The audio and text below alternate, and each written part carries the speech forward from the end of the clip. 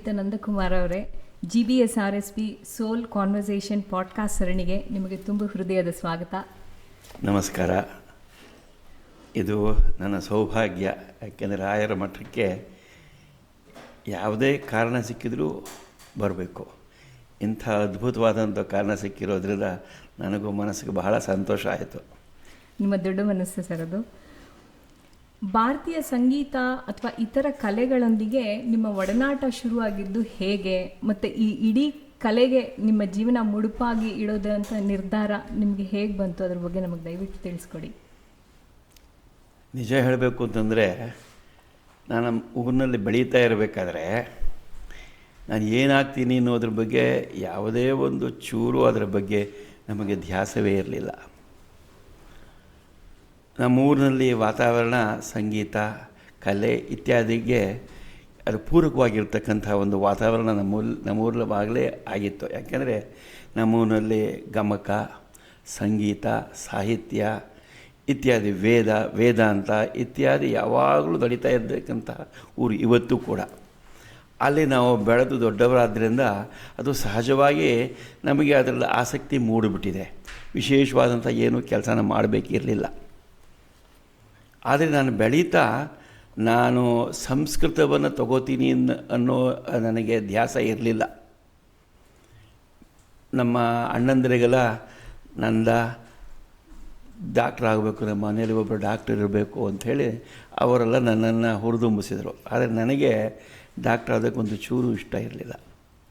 ಹಾಗಾಗಿ ನಾನು high school, primary ಸ್ಕೂಲುಗಳಲ್ಲಿ ಯಾವ ರೀತಿ ವಿದ್ಯಾರ್ಥಿ ಆಗಿದ್ನೋ, ಕಾಲೇಜಿಗೆ ಸೇರಿದ ಮೇಲೆ ನಾನು ನನ್ನ ವಿಷಯಗಳಲ್ಲಿ ಫೇಲ್ ಆಗ್ತಾ ಹೋದೆ. ನಿಜವಾಗಿ ಹೇಳೋದಾದರೆ ಕಾಲೇಜಿಗೆ ಬಂದ ಮೇಲೆ ಹೇಗೋ ಪಾಸಾಗಿ ತುದಿಯಲ್ಲಿ ಯಾವ ಸಬ್ಜೆಕ್ಟ್ ವಿಷಯ ಅದನ್ನು ತಗೋಬೇಕಿತ್ತೋ ತಗೊಳ್ಳದೇ ಇದ್ದಿದ್ದರೂ ಕೂಡ ಅದರಲ್ಲಿ ನನಗೆ ಸ್ವಲ್ಪ ಜಾಸ್ತಿ ಮಾರ್ಕ್ಸ್ ಬಂದಿದ್ದರಿಂದ ಸಂಸ್ಕೃತ MA ಮಾಡೋ ಹಾಗಾಯಿತು. ನಾನು 75ರಲ್ಲಿ ಸಂಸ್ಕೃತ MA ಮುಗಿಸಿದಾಗ ಬೆಂಗಳೂರಿನಲ್ಲಿ ನನಗೆ ಒಂದು ಶಾಲೆಯಲ್ಲಿ ರಾಘವೇಂದ್ರ ಪ್ರೌಢಶಾಲೆ ಅಂತ, ಯಾವ್ದಕ್ಕೆ ಹೇಳ್ತಾ ಇದ್ದೀನಿ ಅಂತಂದರೆ, ನಾನು ಸೇರಿದ್ದು ಕೂಡ ಮೊಟ್ಟ ಮೊದಲ ನನಗೆ ಸಂಬಳದ ಕೆಲಸ ಸಿಕ್ಕಿದ್ದು ಬೆಂಗಳೂರಿನ ಮಲ್ಲೇಶ್ವರದ 5ನೇ ಕ್ಲಾಸ್ನಲ್ಲಿ ಇದ್ದಂತಹ ರಾಘವೇಂದ್ರ ಪ್ರೌಢಶಾಲೆ. ಅಲ್ಲಿ 3 ವರ್ಷ ನಾನು ಕೆಲಸ ಮಾಡಿದೆ. ಆ ಕೆಲಸ ಮಾಡ್ತಾ ಇರಬೇಕಾದ್ರೆ ನನಗೆ ಜೀವನದಲ್ಲಿ ನಾನು ಏನಾಗ್ತೀನಿ ಅಂತಕ್ಕಂಥ ಯಾವುದೇ ಒಂದು ಚಿಂತೆಯೂ ಇರಲಿಲ್ಲ. ನಾನು ಸಂತೋಷವಾಗಿದ್ದೆ. ಅಲ್ಲಿರಬೇಕಾದ್ರೆ ಮಕ್ಕಳಿಗೆಲ್ಲ ನಾನು ಹಾಡು ಇತ್ಯಾದಿ ಹೇಳಿಕೊಡ್ತಾಯಿದ್ದೆ. ಯಾಕೆಂದರೆ ನಮ್ಮ ಹಳ್ಳಿಯಲ್ಲಿ ಇದ್ದಿದ್ದರೆ ನಮಗೆ ಈ ಜಾನಪದ ಗೀತೆಗಳು ಇತ್ಯಾದಿ ಅದರಲ್ಲಿ ಸಾಕಷ್ಟು ನನಗೆ ಆಸಕ್ತಿ ಇತ್ತು. ಜೊತೆಗೆ ನಾನು ಚೂರುಪಾರು ಬರೀತಾನೂ ಇದ್ದೆ. ಹಾಗಾಗಿ ಅದನ್ನು ಏನು ಬರೀತೀನೋ ಅದನ್ನು ಹೇಳ್ಕೊಡ್ತಾಯಿದ್ದೆ. ಹಾಗಾಗಿ ಅಲ್ಲಿ ನನಗೆ ನಿಧಾನವಾಗಿ ಮನಸ್ಸಿನಲ್ಲಿ ಕಲೆ ಇತ್ಯಾದಿಗಳ ಬಗ್ಗೆ ಆಸ್ಥೆ ಜಾಸ್ತಿ ಆಯಿತು. ಇದು ರಾಯರ ಕೃಪೆನೇ ಹೌದು ಸರ್. ನಿಮಗೆ ಸಂಸ್ಕೃತದಲ್ಲಿ ಆಸಕ್ತಿ ಬೆಳೆಸಿದ್ದು ರಾಯರ ಕೃಪೆನೇ ಹೌದು. ಭಾರತೀಯ ವಿದ್ಯಾಭವನ್ ಈ ಉನ್ನತ ಸಂಸ್ಥೆಯ ಕಾರ್ಯನಿರ್ವಾಹಕರಾಗಿ ಆ ಸಂಸ್ಥೆಯ ಗುರಿ ಮತ್ತು ಉದ್ದೇಶದ ಬಗ್ಗೆ ನಮ್ಗೆ ದಯವಿಟ್ಟು ತಿಳಿಸ್ಕೊಡಿ. ನಾನು ಇಲ್ಲಿ ಲಂಡನ್ನಿಗೆ ಬರೋದಕ್ಕೆ ಮುಖ್ಯ ಕಾರಣರು ಅಂತಂದರೆ ನಮ್ಮ ಮತ್ತೂರು ಕೃಷ್ಣಮೂರ್ತಿಗಳು, ದಿವಂಗತ ಮತ್ತೂರು ಕೃಷ್ಣಮೂರ್ತಿಗಳು. ಅವರಿಂದಲೇ ನಾನು ಇಲ್ಲಿಗೆ ಬಂದ್ಬಿಟ್ಟು ಇವತ್ತಿನ ದಿವಸ ನನ್ನ ಸಾಧನೆ ಅಂತ ಏನಿದೆ ನನ್ನದಲ್ಲ ಅದು, ಆದರೂ ಹೇಳಬೇಕಾಗತ್ತಲ್ಲ ಕೆಲವು ಸಲ. ಹಾಗಾಗಿ ಅದೆಲ್ಲ ಅದರ ಕೀರ್ತಿ ಅವರಿಗೆ ಸಲ್ಲಬೇಕಾಗಿದ್ದು. ಆ ಸಮಯದಲ್ಲಿ ಇಲ್ಲಿ ಜನೀನ್ ಮಿಲ್ಲರ್ ಅಂಥೇಳಿ ಒಬ್ಬಳು ಮಹಿಳೆ, ಆಕೆ ಫ್ರೆಂಚ್, ಓದಿದ್ದೆಲ್ಲ ಆಸ್ಟ್ರೇಲಿಯಾದಲ್ಲಿ, ಕೆಲಸ ಮಾಡ್ತಾಯಿದ್ದದ್ದು ಇಲ್ಲಿ ಲಂಡನ್ನಲ್ಲಿ. ಅವರು ಬೆಂಗಳೂರಿಗೆ ಬಂದಿದ್ದಾಗ ನಾನಿನ್ನೂ ರಾಘವೇಂದ್ರ ಶಾಲೆಯಲ್ಲಿ ಕೆಲಸ ಮಾಡ್ತಾಯಿದ್ನಲ್ಲ. ಆ ಸಮಯದಲ್ಲಿ ಬೆಂಗಳೂರನ್ನು ತೋರಿಸ್ತಕ್ಕಂಥ ಒಂದು ಅವಕಾಶ ನನಗೆ ಸಿಕ್ತು. ಅವರಿಗೆ ನನ್ನ ಬಗ್ಗೆ ತುಂಬ ಪ್ರೀತಿ ಉಂಟಾಗಿ ನೀನು ಲಂಡನ್ನಿಗೆ ಬಂದರೆ ನಾನು ನಿನ್ನ ನೋಡ್ಕೋತೀನಿ ಅಂತಂದರು. ನಮ್ಮ ಮತ್ತೂರು ಕೃಷ್ಣಮೂರ್ತಿಗಳು, ನಮ್ಮ ಚಿಕ್ಕಪ್ಪ ಅವರು, ಹೌದು, ಅವರು ನೀನು ಯಾಕೆ ಇಲ್ಲಿಗೆ ಬಂದ್ಬಿಟ್ಟು ನಿನ್ನ ಉನ್ನತ ವ್ಯಾಸಂಗವನ್ನು ಇಲ್ಲಿ ಮುಂದುವರಿಸಬಾರ್ದು ಅಂತ. ಹಾಗಾಗಿ ಅವರಿಬ್ಬರ ಒಂದು ಇದರ ಫಲವಾಗಿ ನಾನಿಲ್ಲಿ ಬರೋ ಹಾಗಾಯಿತು. ಅವರಿಬ್ಬರ ಶ್ರಮದ ಫಲವಾಗಿ ನಾನಿಲ್ಲಿ ಬರೋ ಹಾಗಾಯಿತು. ಇಲ್ಲಿಗೆ ಬಂದ ಮೇಲೆ ಲಂಡನ್ ವಿಶ್ವವಿದ್ಯಾಲಯದಲ್ಲಿ ನಾನು ಪುರಂದರ ಹಾಗೂ ಕನಕದಾಸರ ಸಾಹಿತ್ಯದಲ್ಲಿ ಬಾಲಕೃಷ್ಣ ಅಂಥೇಳಿ ಆ ವಿಷಯದ ಬಗ್ಗೆ ನಾನು PhD ಪ್ರಬಂಧವನ್ನು ಬರೆದು 1983ರಲ್ಲಿ ನನಗೆ PhD ಸಿಕ್ತು. ನನ್ನ ಗುರುಗಳು ಡಾಕ್ಟರ್ ಜಾನ್ ಮಾರ್ ಅಂಥೇಳಿ. ನನಗೆ ಭಾರತದಲ್ಲಿ ಸಹಾಯ ಮಾಡಿದವರು ಶ್ರೀನಿವಾಸ ಹಾವನೂರು. ಅವರು ನಮ್ಮ ದಾಸ ಸಾಹಿತ್ಯದ ಬಗ್ಗೆ ಬಹಳ ಕೆಲಸವನ್ನು ಮಾಡಿ ಈಗಿಲ್ಲ. ಅವರು ಜನರಿಗೆ ನಮ್ಮ ಸಾಹಿತ್ಯದಲ್ಲಿ ಎಂಥ ಅದ್ಭುತವಾದಂಥ ಶಕ್ತಿ ಇದೆ ಅಂತ ತೋರಿಸ್ಕೊಟ್ಟವರು ನಮ್ಮ ಶ್ರೀನಿವಾಸ ಹಾವನೂರವರು. ಆಮೇಲೆ ಭಾರತೀಯ ವಿದ್ಯಾಭವನ್ ಸೇರಿದ್ದು ಹಾಗೂ ನಿಮ್ಮ ನೇತೃತ್ವದಲ್ಲಿ ಈ ಸಂಸ್ಥೆ ಕಂಡಂಥ ಬದಲಾವಣೆಗಳು ಏನಿದೆ? ನಾನು ವಿದ್ಯಾಭವನಕ್ಕೆ ಬಂದದ್ದು ಹೇಳಿದ್ನಲ್ಲ 1977ರಲ್ಲಿ ಅಂತೇಳಿ. ಬಂದಾಗಲಿಂದ ನಾನು ವಿದ್ಯಾರ್ಥಿ ಆಗಿದ್ದರೂ ಕೂಡ ವಿದ್ಯಾಭವನದಲ್ಲಿ ನಾನು ಪಾಠ ಹೇಳ್ಕೊಡ್ತಾಯಿದ್ದೆ. ಅಲ್ಲಿ ಬೆಂಗಳೂರಲ್ಲಿ ಇರಬೇಕಾದ ನಾನು ಪ್ರೌಢಶಾಲೆಯಲ್ಲಿ ಸಂಸ್ಕೃತ ಹೇಳ್ಕೊಡ್ತಾ ಇದ್ನಲ್ಲ, ಅದನ್ನೇ ಇಲ್ಲಿ ಮುಂದುವರಿಸಿದೆ. ನಾನು ದಿನದ ಸಮಯದಲ್ಲಿ SOAS school of oriental and African studies ಅಂತೇಳಿ ಯೂನಿವರ್ಸಿಟಿಯ ಒಂದು ಭಾಗ, ಅಲ್ಲಿ ಹೋಗಿ ಅಧ್ಯಯನ ಮಾಡ್ತಾಯಿದ್ದೆ. ಬೆಳಗ್ಗೆ ಸಂಜೆ ವಿದ್ಯಾಭವನದಲ್ಲಿ ಕೆಲಸ ಮಾಡ್ತಾ ಸಂಸ್ಕೃತ ಹೇಳ್ಕೊಡ್ತಾ ಇದ್ದೆ. ಜೊತೆಗೆ ಸಂಸ್ಕೃತದ ಜೊತೆಗೆ ಭವನದ ಈ ಲೈಬ್ರರಿ ಏನಿದೆ, ಗ್ರಂಥಾಲಯ, ಆ ಗ್ರಂಥಾಲಯವನ್ನು ನೋಡ್ಕೊಳ್ಳೋ ಕೆಲಸವೂ ನನ್ನದಾಯಿತು. ನಿಧಾನವಾಗಿ ನಮ್ಮ ಮತ್ತೂರು ಕೃಷ್ಣಮೂರ್ತಿಗಳಂದ ನೀನು ಯಾಕೆ ಭವನದ ಕಾರ್ಯಕ್ರಮಗಳ ಬಗ್ಗೆಯೂ ಕೂಡ ಸ್ವಲ್ಪ ಜಾಸ್ತಿ ಅದರಲ್ಲಿ ಕಾರ್ಯನಿರ್ವಹಿಸಬಾರ್ದು ಅಂತ ನನಗೆ ಕೇಳಿದರು. ಹಾಗಾಗಿ ನಾನು ಭವನದ ಈ ಕಾರ್ಯಕ್ರಮಗಳು, ಸಂಗೀತ, ನೃತ್ಯ ಇತ್ಯಾದಿ ಕಾರ್ಯಕ್ರಮಗಳನ್ನು ಏರ್ಪಾಡು ಮಾಡೋದ್ರಲ್ಲೂ ಕೂಡ ಸ್ವಲ್ಪ ಕೆಲಸ ಶುರು ಮಾಡಿದೆ. ಅದು ಎಲ್ಲಿ ತನಕ ಅಂತಂದರೆ 1983 ತನಕ ಹೀಗೆ ಪಾರ್ಟ್ ಟೈಮ್ ನಡೀತು. 83ರಲ್ಲಿ ನಾನು ನನ್ನ PhD ಮುಗಿಸ್ಕೊಂಬಿಟ್ಟು ಭಾರತಕ್ಕೆ ಹೋಗಬೇಕಾಯ್ತು. ಆ 8 ತಿಂಗಳು ವಾಪಸ್ ಹೋಗಿದ್ದೆ. ಮತ್ತು 1984 ಏಪ್ರಿಲ್ ವಾಪಸ್ ಬಂದ ಮೇಲೆ ನನ್ನನ್ನು ಪೂರ್ಣಾವಧಿ ಅಕಾಡೆಮಿಕ್ ಡೈರೆಕ್ಟ್ರಾಗಿ ನನ್ನನ್ನು ಇಲ್ಲಿ ಭವನದಲ್ಲಿ ನನ್ನನ್ನು ಸೇರಿಸ್ಕೊಂಡ್ರು. ಆ ಸಮಯದಲ್ಲಿ ನಾನು ಭವನದ ಈ ಎಜುಕೇಷನಲ್ ಕ್ಲಾಸಸ್ ಏನೇನಿದೆ ಅದರ ಬಗ್ಗೆ ಹಾಗೂ ನಮ್ಮ ಕಾರ್ಯಕ್ರಮಗಳಿಗೇನಿದೆ ಅದರ ಬಗ್ಗೆ ಎಲ್ಲದರ ಬಗ್ಗೆಯೂ ಕೂಡ ನಾನು ಕೆಲಸ ನಿರ್ವಹಿಸೋದಕ್ಕೆ ಶುರು ಮಾಡಿದೆ.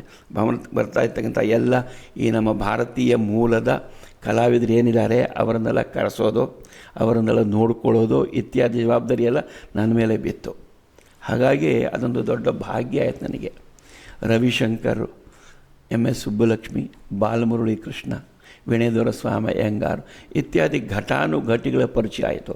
ಜೊತೆಗೆ ಈ ಇಂಗ್ಲೆಂಡಿಗೆ ಬರ್ತಾ ಇದ್ದಂತಹ ದೊಡ್ಡ ದೊಡ್ಡ ಸಾಹಿತಿಗಳು, ಭೈರಪ್ಪನವರು ಇರ್ಬೋದು, ಶಿವರಾಮ ಕಾರಂತರು ಇರ್ಬೋದು, ಶ್ರೀನಿವಾಸ ಹಾವನೂರು ಇರ್ಬೋದು, ಚದುರಂಗ ಇರ್ಬೋದು, ಒಬ್ಬೊಬ್ಬರನ್ನು ಭವನಕ್ಕೆ ಬರಮಾಡ್ಕೊಂಬಿಟ್ಟು ಅವರಿಂದ ಭವನದಲ್ಲಿ ಇಲ್ಲ ಉಪನ್ಯಾಸಗಳೇ ಆಗಲಿ, ಬೇರೆ ಕಾರ್ಯಕ್ರಮಗಳೇ ಆಗಲಿ ಅದನ್ನು ಏರ್ಪಾಡು ಮಾಡ್ತಕ್ಕಂಥ ಒಂದು ಪುಣ್ಯ ನನಗೆ ಸಿಕ್ತು. ಈ ಥರ ಪುಣ್ಯ ಯಾರಿಗೆ ಸಿಗುತ್ತೆ ಹೇಳಿ? ಇದು ಭಾಗ್ಯ, ಇದೆಲ್ಲ ಆಶೀರ್ವಾದ ಇದ್ರೆ ಮಾತ್ರ ನಡೆಯುವಂಥದ್ದು. ಅಲ್ಲಿ ನನ್ನ ಕೆಲಸ ರಾಘವೇಂದ್ರ ಶಾಲೆಯಿಂದ ಶುರುವಾಗಿದ್ದು ನನ್ನನ್ನು ವಿದ್ಯಾಭವನಕ್ಕೆ ಕರ್ಕೊಂಡ್ಬಂದು ಇಲ್ಲಿ ಈ ವಿದೇಶಿಯರ ನಡುವೆ ನಮ್ಮ ಸಂಸ್ಕೃತಿಯ ಬಗ್ಗೆ, ನಮ್ಮ ಕಲೆಯ ಬಗ್ಗೆ ಕೆಲಸ ಮಾಡ್ತಕ್ಕಂಥ ಒಂದು ಅವಕಾಶವನ್ನು ನನಗೆ ತಂದು ಕೊಟ್ಟಿದೆ. ನಮ್ಮ ಸಂಸ್ಕೃತಿನ ಇಷ್ಟು ಈ ಊರಲ್ಲಿ ಬೆಳೆಸಿರೋದು ನಿಜವಾಗ್ಲೂ ದೊಡ್ಡ ಸಾಧನೆ. ಹೌದು ಸರ್. ಇತ್ತೀಚೆಗೆ ಏನಾಗ್ಬಿಟ್ಟಿದೆ ಅಂತಂದರೆ 6-7 ವರ್ಷದ ಮಕ್ಕಳು ನೋಡಿ, ಒಂದು ಮಗು ಟೆನ್ನಿಸ್ ಕ್ಲಾಸ್ಗೂ ಹೋಗುತ್ತೆ, ಸಂಗೀತನೂ ಕಲಿಯುತ್ತೆ, ಪೂರ್ಣ ವಿದ್ಯಾಭ್ಯಾಸನೂ ನಡೀತಿರುತ್ತೆ. ಹೀಗೆ ಅನೇಕ ಚಟುವಟಿಕೆಗಳನ್ನ ಅವ್ರನ್ನ ಸೇರಿಸ್ಬಿಟ್ಟಿರ್ತಾರೆ. ಅಷ್ಟೇ ಅಲ್ಲ, ಪೋಷಕರ ಆಸೆನೂ ಏನಿರುತ್ತೆ ಅಂತಂದರೆ ಒಂದು ಮಗು ಟೆನ್ನಿಸಿಗೆ ಸೇರಿದ ಕೂಡಲೇ ಅದು ವಿಂಬಲ್ಡನ್ನಲ್ಲಿ ಆಡಲೇಬೇಕು, ಸಂಗೀತ ಕಲಿಯೋಕ್ಕೆ ಶುರು ಮಾಡಿದ್ಮೇಲೆ ಕಚೇರಿ ಆಗೋ ಮಟ್ಟಕ್ಕೆ ಬರಲೇಬೇಕು, ಅಥವಾ ನಾನು ಈ ವಯಸ್ಸಿನಲ್ಲಿ ಈ ಗ್ರೇಡು ಇಷ್ಟು ಮಾರ್ಕ್ಸಲ್ಲಿ ಪಾಸ್ ಮಾಡಿದೆ ಅನ್ನೋದೇ ದೊಡ್ಡ ವಿಚಾರ ಆಗೋಗಿದೆ. ಹೀಗಿರುವಾಗ ಇಲ್ಲಿ ಇರೋ ಯುವ ಪೀಳಿಗೆ ಅಥವಾ ಭಾರತೀಯ ಮಕ್ಕಳ ಆಸಕ್ತಿ ಹೇಗಿದೆ ಅನಿಸುತ್ತೆ ನಿಮಗೆ ಕಲೆ ಕಲಿಯೋದ್ರಲ್ಲಿ? ನಮ್ಮ ಮಕ್ಕಳು ನಿಜವಾಗಿಯೂ ತುಂಬ ಪ್ರತಿಭಾಶಾಲಿಗಳು. ಆದರೆ ನಾವು ಅವರ ಮನಸ್ಸಿನ ಮೇಲೆ ತುಂಬ ಭಾರ ಹೇರಬಾರ್ದು. ನಮಗೆ ಉದ್ದೇಶ ಏನಾಗಿರಬೇಕು ಅಂತಂದರೆ, ಮಕ್ಕಳು ನಮ್ಮ ಕಲೆ ಬಗ್ಗೆ, ನಮ್ಮ ಸಂಸ್ಕೃತಿ ಬಗ್ಗೆ, ನಮ್ಮ ಹಿಂದಿನ ಜನಗಳ ಒಂದು ಕಾಂಟ್ರಿಬ್ಯೂಷನ್, ಕೊಡುಗೆ ಏನಿದೆ ಅದರ ಬಗ್ಗೆ ತಿಳ್ಕೊಳ್ತಕ್ಕಂಥ ಒಂದು ಅವಕಾಶವನ್ನು ನಾವು ಅವ್ರಿಗೆ ಕಲ್ಪಿಸ್ಕೊಡ್ಬೇಕು. ಯಾಕೆಂದರೆ ಬೆಳೀತಾ ಈ ಊರಿನಲ್ಲೇ ಇಲ್ಲಿನ ಶಾಲೆಗಳಿಗೆ, ಕಾಲೇಜುಗಳಿಗೆ ಅವ್ರು ಹೋಗ್ತಾರೆ. ಸಹಜವಾಗಿ ಈ ಊರಿನ ವಿಷಯಗಳೆಲ್ಲ ಅವ್ರಿಗೆ ಗೊತ್ತಾಗೋಗ್ಬಿಡುತ್ತೆ. ಆದರೆ ನಮ್ಮ ವಿಷಯ, ನಮ್ಮ ಕಲೆ, ನಮ್ಮ ಸಂಸ್ಕೃತಿ ಬಗ್ಗೆ ಅವ್ರಿಗೆ ಗೊತ್ತಾಗಬೇಕಾದ್ರೆ ನಾವು ಪ್ರಯತ್ನಪೂರ್ವಕವಾದಂಥ ಒಂದು ಕೆಲಸ ಮಾಡದೇ ಇದ್ದರೆ ಅವ್ರಿಗೆ ಗೊತ್ತಾಗೋದಿಲ್ಲ. ಶುರುವಿನಲ್ಲಿ ಬಹುಶಃ ಅದು ಒಂದು ಸ್ವಲ್ಪ ಅವರಿಗೆ ನಮ್ಮನ್ನು ಫೋರ್ಸ್ ಮಾಡ್ತಾ ಇದ್ದಾರೆ ಅಂತ ಅನ್ನಿಸ್ಬೋದು. ಆದರೂ ನಾವು ತಪ್ಪದೆ ಸಣ್ಣ ವಯಸ್ಸಿನಲ್ಲೇ ಕರ್ಕೊಂಬಂದ್ಬಿಟ್ಟು ಅವರನ್ನು ಎಲ್ಲಿ ಈ ತರಹ ಕಲೆಗಳಿಗೆ, ಸಂಸ್ಕೃತಿಯ ಬಗ್ಗೆ ಇತ್ಯಾದಿ ಬಗ್ಗೆ ತರಗತಿಗಳು ನಡೆಯುತ್ತೋ ಅಲ್ಲಿಗೆ ಸೇರಿಸಿದಾಗ 1-2 ವರ್ಷಗಳಲ್ಲಿ ಅವರು ಕೂಡ ಇದರ ಬಗ್ಗೆ ಆಸ್ಥೆಯನ್ನು ಹುಟ್ಟಿಸ್ಕೋತಾರೆ. ನಮ್ಮ ಉದ್ದೇಶ ಏನಾಗಿರಬೇಕು ಅಂತಂದರೆ ಮಕ್ಕಳು ನಮ್ಮ ಸಂಸ್ಕೃತಿ ಕಲೆಗಳ ಬಗ್ಗೆ ಸಾಕಷ್ಟು ತಿಳ್ಕೊಂಡಿರಬೇಕು ಅಂಥೇಳಿ. ಅದರಲ್ಲಿ ಕೆಲವರು ಅತ್ಯಂತ ನಿಪುಣರಿರ್ತಾರೆ, ಕೆಲವರು ಸುಮ್ಮನೆ ಅದರ ಬಗ್ಗೆ ತಿಳ್ಕೋಬೇಕು ಅಂತಕ್ಕಂಥ ಆಸ್ಥೆಯುಳ್ಳವರು ಇರ್ತಾಯಿದ್ದಾರೆ. ಆದರೆ ಎಲ್ಲರೂ ಕೂಡ ಈ ಕಲೆಯನ್ನು ಪ್ರೋತ್ಸಾಹಿಸ್ತಕ್ಕಂಥ ಗುಣಗಳನ್ನು ರೂಢಿಸ್ಕೋತಾರೆ. ಯಾಕೆಂದರೆ ತರಗತಿಗಳಿಗೆ ಬಂದವರೆಲ್ಲ ಪ್ರೊಫೆಷನಲ್ ಮ್ಯೂಸಿಷಿಯನ್ಸೋ ಡ್ಯಾನ್ಸರ್ಸೋ ಆಗೋದಕ್ಕೆ ಸಾಧ್ಯ ಇಲ್ಲ, ಆಗಬೇಕಿಲ್ಲ. ಆದರೆ ಅವರೆಲ್ಲರೂ ಕೂಡ ಕಲೆಯಲ್ಲಿ, ಸಂಸ್ಕೃತಿಯಲ್ಲಿ, ಸಂಸ್ಕಾರಗಳಲ್ಲಿ ಆಸಕ್ತಿ ಬಳಸ್ಕೊಂಡ್ರೆ ನಮ್ಮ ಮುಂದಿನ ಜನಾಂಗಕ್ಕೆ ಅವರಿಂದ ಇದು ಹರಿಯುತ್ತೆ.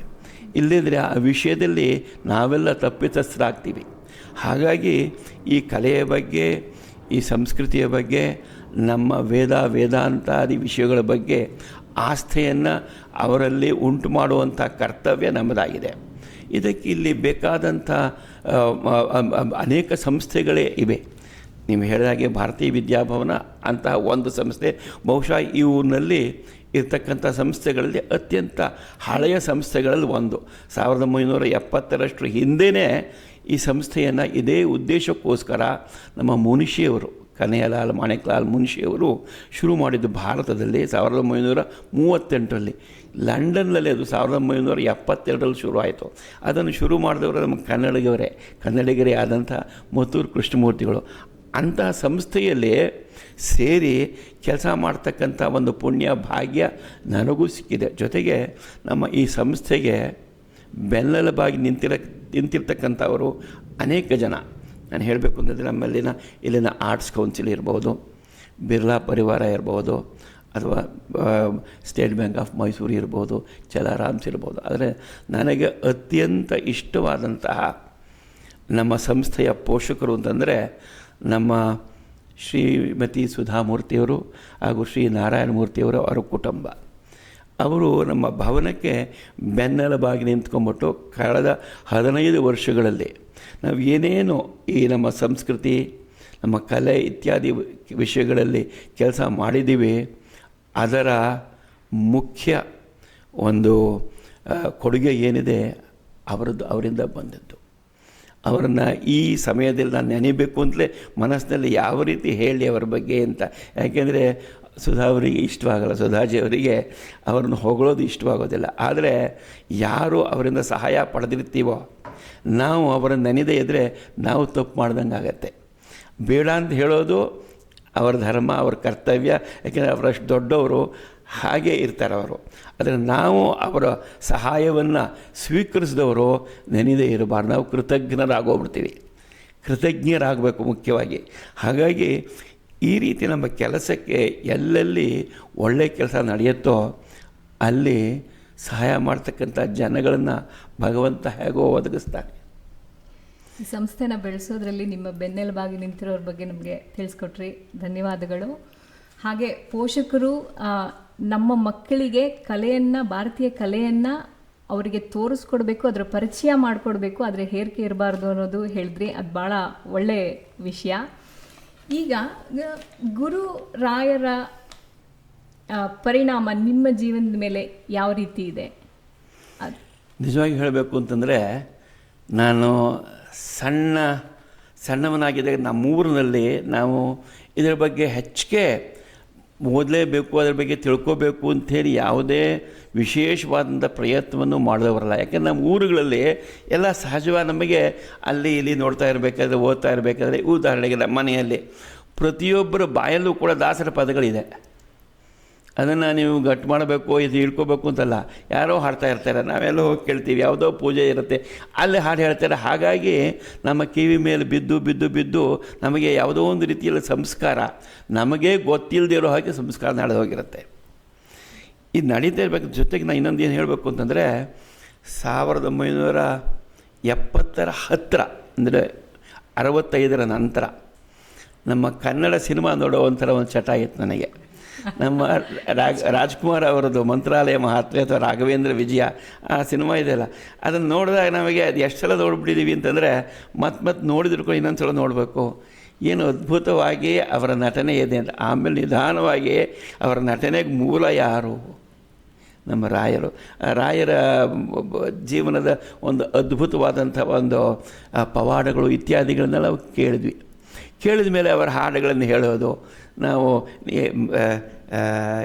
ರಾಜ್ಕುಮಾರ್ ಅವರೇ ಹಾಡಿರ್ತಕ್ಕಂಥ ಹಾಡುಗಳು, ನೀ ತಂದೆ ನಾ ಕಂದ, ಇದು ನಮ್ಮ ಅನುಬಂಧ, ಬೇರೊಂದನು ಅರಿಯೇನು, ಈ ಹಾಡುಗಳನ್ನೆಲ್ಲ ಕೇಳ್ತಾ ನಾನು ಅನೇಕ ಜಾಗಗಳಿಗೆ ಹೋದ ತಕ್ಷಣ ನಂದ ಆ ಹಾಡನ್ನು ಹೇಳೋಣವರು. ಈಗ ಅನ್ನಿಸ್ತಾ ಇದೆ ಇದೆಲ್ಲ ಯಾವ ರೀತಿ ಪರಿಣಾಮ ಮಾಡಿ ಲಂಡನ್ನಿಗೆ ಬಂದ ಮೇಲೂ ಕೂಡ ನನ್ನನ್ನು ರಾಯರ ಮಠಕ್ಕೆ ಕರ್ಕೊಂಬಂದಿದೆ. ಇಲ್ಲಿಗೆ ಬರೋದಕ್ಕೆ ಬಹುಶಃ ಒಂದು 10 ವರ್ಷದ ಕೆಳಗಡೆ ನನಗೆ ಯಾರು ಹೇಳಿದ್ರು ನನಗೆ ಇವತ್ತು ಜ್ಞಾಪಕ ಬರ್ತಾಯಿಲ್ಲ. ಆವತ್ತಿಂದ ನಮ್ಮ ಶ್ರೀಹರಿಯವರ ಪರಿಚಯ ಆಯಿತು. ಯಾಕೆಂದರೆ ಶ್ರೀಹರಿಯವರ ತಂದೆ ನನ್ನ ತಮ್ಮನ ಇದು ಅದೇ ಇದರಲ್ಲಿ ಸೆಂಟ್ರಲ್ ಸ್ಕೂಲಲ್ಲಿ ಅವರಿಬ್ಬರು ಅಧ್ಯಾಪಕರಾಗಿದ್ದಾಗ ಕೊಲೀಗ್ಸ್ ಅವರು. ಹಾಗಾಗಿ ನನ್ನ ತಮ್ಮನೂ ಹೇಳಿದ್ದ, ಹೀಗೆ ಇದ್ದಾರೆ ಶ್ರೀಹರಿ ಅನ್ನೋರು ಇದ್ದಾರೆ ಅಂಥೇಳಿ. ಆವಾಗಲಿಂದ ಪರಿಚಯ ಆಯಿತು. ಪರಿಚಯ ಆದಮೇಲೆ ಇನ್ನೂ ಹತ್ತಿರ ಆಗೋದಕ್ಕೆ ನಾನು ಇಲ್ಲಿಗೆ ಬಂದಿದ್ದೀನಿ, ಕಾರ್ಯಕ್ರಮಗಳಲ್ಲೆಲ್ಲ ಭಾಗವಹಿಸಿದ್ದೀನಿ. ನಮ್ಮ ಅಣ್ಣ ಕೂಡ ಹೋದ ವರ್ಷ ಬಂದ್ಬಿಟ್ಟು ಇಲ್ಲಿ ನಮ್ಮ ಅಣ್ಣನ ಮಗ ಇಬ್ಬರು ವೇದದ ಬಗ್ಗೆ 4 ಮಾತಾಡಿ ಹೋಗಿ ಬಂದಿದ್ದಾರೆ ಇಲ್ಲಿಗೆ. ಎಲ್ಲರಿಗಿಂತ ಮುಖ್ಯವಾಗಿ ಈಗ ಒಂದು 5-6 ವರ್ಷದ ಕೆಳಗಡೆ ನಮ್ಮ ಮಾನ್ಯ ಮೂರ್ತಿಯವರು ಸುಧಾಜಿಯವರು ಬಂದಾಗ ಅವರೇ ಹೇಳಿದ್ರು, ರಾಯರ ಮಠ ಇದೆಯಂತೆ ನಂದ, ನಿನಗೆ ಗೊತ್ತಾ ಅಂತ. ನನಗೆ ಗೊತ್ತಿತ್ತು. ಅವರ ನೋಡಿ ದೊಡ್ಡ ದೊಡ್ಡ ವ್ಯಕ್ತಿಗಳ ಒಂದು ವಿಷಯ ಹೇಗಿರುತ್ತೆ ಅಂತಂದರೆ ಅವರೇ ಹುಡ್ಕೊಂಬರ್ತಾರೆ. ಇನ್ನು ಅನೇಕ ವಿಷಯಗಳನ್ನ ಎಷ್ಟು ಕೇಳಿದರೂ ಕೊಡದಿರೋರು ಇರ್ತಾರೆ. ಇಲ್ಲಿ ತಾವಾಗೇ ಬಂದ್ಬಿಟ್ಟು ಕೊಡೋವಂಥವ್ರು ಇರ್ತಾರಲ್ಲ. ಇಂಥ ದೊಡ್ಡ ವ್ಯಕ್ತಿಗಳ ಬಗ್ಗೆ ನಮಗೆ ತುಂಬ ಜನರ ಪರಿಚಯ ಇಲ್ಲ. ಅವರು ಹೀಗೆ ಅಂತ ಕೇಳಿದಾಗ ನಾನು, ಸುಧಾಜಿ ಮುಂದಿನ ಸಲ ನೀವು ಬಂದಾಗ ಖಂಡಿತ ಅಲ್ಲಿಗೆ ಹೋಗಿ ಬರೋಣ. ಆ ವರ್ಷ ಇನ್ನು 2 ದಿವಸ ಇದ್ದದ್ದು. ಆ ಟೈಮಲ್ಲಿ ಅವ್ರಿಗೂ ಸಮಯ ಇರಲಿಲ್ಲ. ಹಾಗಾಗಿ ನಾನು ಮುಂದಿನ ಸಲ ಕರ್ಕೊಂಡು ಹೋಗ್ತೀನಿ ಅಂತಂದೆ. ಮುಂದಿನ ಸಲ ಬಂದಾಗ ಅವರಾಗೆ ಕೇಳಿದರು. ಅವತ್ತಿನ ದಿವಸ ಧೋ ಅಂತ ಮಳೆ ಸುರಿತಾ ಇತ್ತು. ಇನ್ನೆಲ್ಲೋ ಹೋಗಿದ್ವಿ. ಬಂದ ಮೇಲೆ ಅಲ್ಲಿಗೊಂದು ಸಲ ಹೋಗಿ ಬಂದ್ಬಿಡೋಣ ಅಂತಂದರು. ಅವ್ರ ಜೊತೆಯಲ್ಲಿ ಇಲ್ಲಿಗೆ ಬಂದುಬಿಟ್ಟು ನಮ್ಮ ಹರಿಯವರಿಗೆ ಅದಕ್ಕೆ ನೆನಪಿರುತ್ತದೋ, ಇಲ್ಲಿ ಬಂದ್ಬಿಟ್ಟು ಇಲ್ಲಿ ರಾಯರ ಆಶೀರ್ವಾದ ತೊಗೊಂಡು ಹೋಗಿದ್ದಾರೆ. ಅವತ್ತಿಂದ ಹೇಗೆ ನಾನು ಈ ರಾಯರ ಮಠದ ಜೊತೆಯಲ್ಲಿ ಸಂಬಂಧವನ್ನು ಹೊಂದಿದ್ದೀನಿ ಅನ್ನೋದು ಇಲ್ಲಿ ಜನಗಳಿಗೆಲ್ಲ ಗೊತ್ತು. ಇದು ವಿದ್ಯಾಭವನದಕ್ಕೆ ಸಿಕ್ಕಿರ್ತಕ್ಕಂಥ ಇನ್ನೊಂದು ಪುಣ್ಯವೂ ಹೌದು. ಯಾಕೆ ನಾವೆಲ್ಲ ಬೇರೆ ಬೇರೆ ಸಂಸ್ಥೆಯವರು ನಮ್ಮ ಸಂಸ್ಕೃತಿಯ ಬಗ್ಗೆ, ನಮ್ಮ ಕಲೆಗಳ ಬಗ್ಗೆ ಸೇರಿಬಿಟ್ಟು ಕೆಲಸ ಮಾಡಬೇಕು. ಇಲ್ಲಿ ಸ್ವಾರ್ಥವೂ ಸೇರಿದೆ. ಬರೀ ರಾಯರ ಮಠ ಅಂತ ಒಂದೇ ಅಲ್ಲ, ನಮ್ಮ ಸಂಸ್ಕೃತಿಯ ಕೆಲಸವೂ ಹೌದು. ಇದನ್ನು ಹೇಗೆ ಇದಾದರೂ ನೆಮ ಹುಡುಕೊಂಬಿಟ್ಟು ನಾವು ಒಳ್ಳೆಯ ಕೆಲಸದಲ್ಲಿ ಭಾಗಿಗಳಾಗಬೇಕು. ಅಂಥ ಅವಕಾಶ ಈ ಥರ ಒಂದು ಈ ದೇವಸ್ಥಾನಗಳು, ಈ ಮಠಗಳು ನಮಗೆ ಒದಗಿಸ್ಕೊಡುತ್ತವೆ. ಅದರ ಜೊತೆಯಲ್ಲಿ ನಾವು ಸೇರ್ತಕ್ಕಂಥ ಭಾಗ್ಯ, ಪುಣ್ಯ ನಾವು ಸಂಪಾದಿಸ್ಕೋಬೇಕು.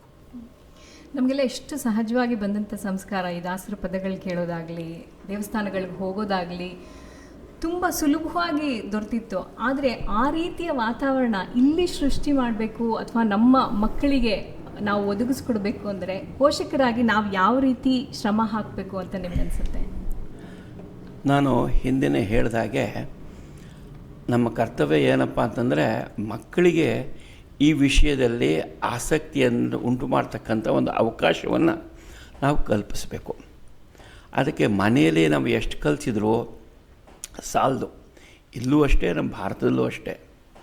ಮಕ್ಕಳು ಬೇರೆ ಮಕ್ಕಳು ಎಲ್ಲಿ ಕಲಿತಾರೋ ಅಲ್ಲಿ ಹೋದರೆ ಸಹಜವಾಗಿ ಅವ್ರಿಗೆ ಬೇಗ ಈ ವಿಷಯಗಳ ಬಗ್ಗೆ ಹೇಳ್ಕೊಡ್ದೇನೆ ಅವ್ರು ನೋಡಿಯೇ ಕಲ್ತ್ಬಿಡ್ತಾರೆ. ಈಗ ಉದಾಹರಣೆಗೆ ಎಲ್ಲೋ ಒಂದು ಕಡೆಯಲ್ಲಿ ಒಂದು ತರಗತಿ ನಡೀತಾ ಇರೋದ್ರಿಂದ ಇಟ್ಕೊಳ್ಳೋಣ, ಕನ್ನಡ ಭಾಷೆಯ ಬಗ್ಗೆನೇ ಆಗಲಿ.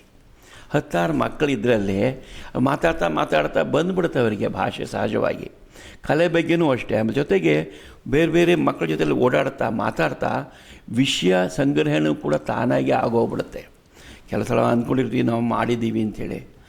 ನಾನು ದೊಡ್ಡ ಕೆಲಸ ಮಾಡಿದ್ದೀನಿ, ನೀವು ಹೇಳ್ತಿರಲ್ಲ ಭವನದಲ್ಲಿ ಇಷ್ಟೊಂದು ದೊಡ್ಡ ಕೆಲಸ, ನಿಜವಾಗಿ ಏನು ಮಾಡಿರೋದಲ್ಲ, ಅದು ಆಗಿರೋದು. ನಾವು ಮಾಡಿರೋದು ಅಂದ್ಕೊಂಡಿದ್ದರೆ ಅದು ನಮ್ಮ ಸ್ವಾರ್ಥವಾಗುತ್ತೆ. ಯಾಕೆಂದರೆ ಏನೇ ಮಾಡಿದರೂ ಕೂಡ 10 ಜನ ಸೇರಿದೆ ಆ ಒಂದು ವಾತಾವರಣ ಸೃಷ್ಟಿಯಾಗದೆ ಕೆಲಸ ನಡೆಯುವಂಥದ್ದಲ್ಲ. ಒಬ್ಬ ವ್ಯಕ್ತಿಯಿಂದ ಖಂಡಿತ ಏನೂ ಆಗೋದಿಲ್ಲ. ಯಾರೋ ಹೊಗಳ್ತಾರೆ ಅಂಥೇಳಿ ಅದರಿಂದ ನಾವು ಉಬ್ಬಿ ಹೋದರೆ ಕೆಲಸ ನಡೆಯೋದಿಲ್ಲ. ಅದು ಸುಳ್ಳು ಹೌದು, ನಾವು ನಮಗೆ ಮಾಡಿಕೊಂಡಂಥ ಒಂದು ಅಪರಾಧ ಆಗತ್ತದು ನಡೆಯುತ್ತೆ. ಹಾಗಾಗಿ ಮಕ್ಕಳನ್ನು ಎಲ್ಲಿ ಜನಗಳು ಸೇರ್ತಾರೋ ಅಲ್ಲಿ ಕರ್ಕೊಂಡು ಹೋಗಿ ಬಿಡೋದು ನಮ್ಮ ಕರ್ತವ್ಯ. ಅಂಥ ಒಂದು ಅವಕಾಶವನ್ನು ಅವರಿಗೆ ಕಲ್ಪಿಸ್ಕೊಡೋದು ನಮ್ಮ ಕರ್ತವ್ಯ ಆಗತ್ತೆ. ಅಲ್ಲಿ ಬಂದಂಥ ಗುರುಗಳು, ಮೇಷ್ಟ್ರುಗಳು, ಅವರ ಜೊತೆಗಾರರು ಇವರೆಲ್ಲರಿಂದ ಸೇರಿಬಿಟ್ಟು ಅವರಿಗೆ ಸಹಜವಾಗಿಯೇ ಎಲ್ಲ ಬಂದುಬಿಡುತ್ತೆ. ಬೆಳೀತಾ ಅವರೇ ಹೇಳೋಕ್ಕೆ ಶುರು ಮಾಡ್ತಾರೆ, ನಾವು ಹೋಗೋಣ, ಕ್ಲಾಸಿಗೆ ಹೋಗೋಣ, ಇನ್ನೊಂದು ಕಲಿಯೋಣ, ಭವನಕ್ಕೆ ಹೋಗೋಣ, ಕಾರ್ಯಕ್ರಮಗಳನ್ನು ನೋಡೋಣ ಇತ್ಯಾದಿ ಅವರೇ ಕೇಳೋಕ್ಕೆ ಶುರು ಮಾಡ್ತಾರೆ. ನಮ್ಮ ಸಂಸ್ಕೃತದಲ್ಲಿ ಬಹಳ ಅದ್ಭುತವಾದ ಒಂದು ಶ್ಲೋಕ ಇದೆ. ನಾವು ನಮ್ಮ ಕಲಿಕೆ ಹೇಗೆ ಪೂರ್ಣವಾಗುತ್ತೆ ಅಂತ, ಯಾವುದೇ ವಿಷಯದಲ್ಲಿ ಇರ್ಬೋದು, ನಮ್ಮ ಸಂಸ್ಕೃತಿ, ಸಂಸ್ಕಾರ ಇತ್ಯಾದಿಗಳ ವಿಷಯ ಆಗ್ಬೋದು, ಅಥವಾ ಶಾಲೆಯಲ್ಲಿ ಕಲಿತಕ್ಕಂಥ ವಿಷಯಗಳೇ ಆಗಬಹುದು. ಒಂದು ಶ್ಲೋಕ ಇದೆ, ಆಚಾರ್ಯಾತ್ ಪಾದಂ ಆದತ್ತೆ ಪಾದಂ ಶಿಷ್ಯ ಸ್ವಮೇಧಯ ಪಾದಂ ಸಬ್ರಹ್ಮಚಾರಿಭ್ಯ ಪಾದಂ ಕಾಲಕ್ರಮೇಣ. ನಾವೇನು ಕಲಿಬೇಕೋ ಅದರ ಕಾಲಭಾಗ ಎಲ್ಲರೂ ಕೂಡ ಅವರ ಗುರುಗಳಿಂದ ಕಲಿತಾರೆ. ಆಚಾರ್ಯಾತ್ ಪಾದಂ, ಪಾದ ಅಂದರೆ ಕಾಲಭಾಗ. ಈ ಕಾಲಭಾಗವನ್ನು ಗುರುಗಳಿಂದ ಕಲಿತಾರೆ. ಪಾದಂ ಶಿಷ್ಯ ಸ್ವಮೇಧಯ, ಶಿಷ್ಯನಾದಂಥವನು ತನ್ನ ಮೇಧಾಶಕ್ತಿಯಿಂದ, ತನ್ನ ಸ್ವಂತ ಶ್ರಮದಿಂದ ಇನ್ನು ಕಾಲಭಾಗವನ್ನು ತನ್ನದನ್ನಾಗಿ ಮಾಡ್ಕೋತಾನೆ ಅಥವಾ ಮಾಡ್ಕೋತಾಳೆ.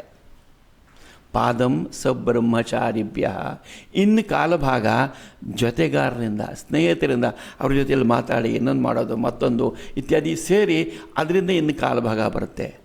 ಹಾಗಾದರೆ ಉಳಿದ ಕಾಲಭಾಗ ಪಾದಂ ಕಾಲಕ್ರಮೇಣ. ಜೀವನದೆಲ್ಲ ಬೆಳೀತಾ ನಮ್ಮ ಚಿಂತನೆಯಲ್ಲೇ ಕೂಡ ಒಂದು ಮೆಚ್ಯೂರಿಟಿ ಬರಬೇಕಾದ್ರೆ ನಾವು 22ನೇ ವಯಸ್ಸಿಗೆ ಏನು ಯೋಚನೆ ಮಾಡ್ತಾಯಿದ್ವೋ ಇವತ್ತಿನ ದಿವಸ ಆ ಯೋಚನೆಯಲ್ಲಿ ಎಷ್ಟೋ ಬದಲಾವಣೆ ಆಗಿರುತ್ತೆ. ಆ ಬದಲಾವಣೆ ಒಳ್ಳೆಯದಕ್ಕೆ ಆದರೆ ಮಾತ್ರ ನಮ್ಮ ಜೀವನದಲ್ಲಿ ಒಂದು ಸಾರ್ಥಕ್ಯ ಸಿಗುತ್ತೆ. ಅದನ್ನು ಬಿಟ್ಟು ನಾವು ಈಗೋಯಿಸ್ಟಿಕ್ ಆದರೆ ಸ್ವಾರಸ್ಯ ಇರೋದಿಲ್ಲ. ಹಾಗಾಗಿ ನಾವೇನು ಮಾಡಬೇಕು, 4 ಜನ ಜಾಗಕ್ಕೆ ಹೋಗೋದು, 4 ಜನ ಏನಾದರೂ ಸಹಾಯ ಮಾಡ್ತಾಯಿದ್ರೆ ನಮಗೂ ಅದರಿಂದ ಆಗಬೇಕು. ಅದಕ್ಕೆ ನಮ್ಮಲ್ಲಿ ಹೇಳ್ತಾರೆ ಸತ್ಸಂಗ ಅಂತ. ಆ ಸತ್ಸಂಗದಲ್ಲಿ ಎಂಥ ಒಂದು ಅದ್ಭುತವಾದಂಥ ಶಕ್ತಿ ಇದೆ ಅಂತಂದರೆ, ನಮಗಾಗಿರೋ ಕಷ್ಟಗಳನ್ನು ಮರೆಸೋ ಶಕ್ತಿ ಇದೆ. ಜೊತೆಗೆ ನಮಗೆ ಜೀವನದಲ್ಲಿ ಗುರಿಯನ್ನು ಯಾವ ರೀತಿ ತಲುಪಿಸ್ಬೇಕು ಅಂತ ಸಹಾಯ ಮಾಡ್ತಕ್ಕಂಥ ಒಂದು ಶಕ್ತಿ ಇರುತ್ತೆ.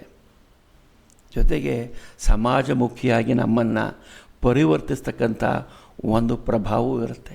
ಹಾಗಾಗಿ ಸತ್ಸಂಗನು ಎಲ್ಲಿ, ಇಂಥ ಮಠಗಳಲ್ಲಿ, ರಾಯರ ಮಠದಲ್ಲಿ, ಒಂದು ಭಾರತೀಯ ವಿದ್ಯಾಭವನದಲ್ಲಿ ಎಲ್ಲಿ ನಮ್ಮ ಜನ ಸೇರ್ತಾರೋ ಅಲ್ಲಿ ಏನಾಗುತ್ತೆ, ಒಬ್ಬರಿಂದ ಒಬ್ಬರು ಇನ್ಫ್ಲೂಯೆನ್ಸ್ ಆಗ್ತಾರೆ.